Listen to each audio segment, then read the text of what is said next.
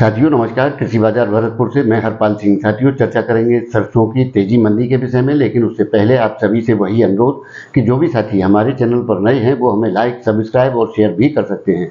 साथियों सरसों के अंदर आवकों का दौर कल 4.5 लाख बैग्स को क्रॉस कर गया था और उसी प्रकार से हाफिड नाफिड के द्वारा भी सरसों की बिक्री जारी की गई थी, जिसके चलते सरसों में दबाव की स्थितियां देखने को मिली। बाजारों में 25 से 50 रुपए तक की नरमियों के संकेत मिलते दिखाई दिए, लेकिन साथियों पुनः बाजारों में सुधार की स्थितियां बनती हुई नजर आती हैं, जिसके चलते प्लांटों में आज 50 रुपए तक की सुधार की स्थितियां देखी जा रही हैं। जिसके में गोयल कोटा के भाव जो कल 6200 रुपए थे, आज 50 रुपए बढ़कर के 6250 रुपए के बोले जा रहे हैं। उसी प्रकार से मंडियों में भी 25 से 50 रुपए तक के सुधार की स्थितियां बनती हुई नजर आती हैं।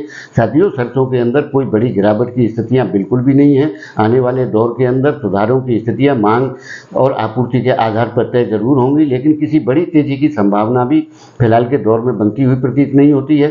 बेशक मोपा के द्वारा सरसों के उत्पादन के जो आंकड़े हैं उनको रिवाइज करके पुनः घटा दिया गया है, लेकिन उसके बावजूद भी कोई बड़ी तेजी की संभावना सरसों के अंदर बनती हुई नजर नहीं आती है, क्योंकि साथियों विदेशी सपोर्ट और भारत सरकार की जो नीतियां हैं वो खाद्य तेलों के लिए उपयुक्त नहीं है, जिसके चलते खाद्य तेलों का जो एक स्तर है वो लगभग बन चुका है और इसी दायरे में बाजारों के घूमने की संभावनाएं आगे भी बनती हुई प्रतीत होती है, क्योंकि बड़ी तेजी या बड़ी गिरावट की स्थितियां बाजार में नजर नहीं आती हैं। खपत मांग आने पर सरसों में सुधार की स्थितियां जरूर देखने को मिलेंगी, लेकिन कोई बड़ी तेजी या बड़ी गिरावट की स्थितियां बनती हुई प्रतीत नहीं होती है। साथियों बाजार इसी दायरे में घूमता हुआ नजर आता है और आने वाले दौर के अंदर 25-50 रुपए की जिस प्रकार से बाजार की एक गति होती है वो उठापटक जरूर देखने को मिल सकती है। बाकी बड़ी कोई तेजी मंदी की संभावना फिलहाल के दौर में बनती हुई प्रतीत नहीं होती है। तो साथियों आपको हमारी राय कैसी लगती है, कमेंट माध्यम से आप अपनी राय दे सकते हैं। तब तक के लिए धन्यवाद।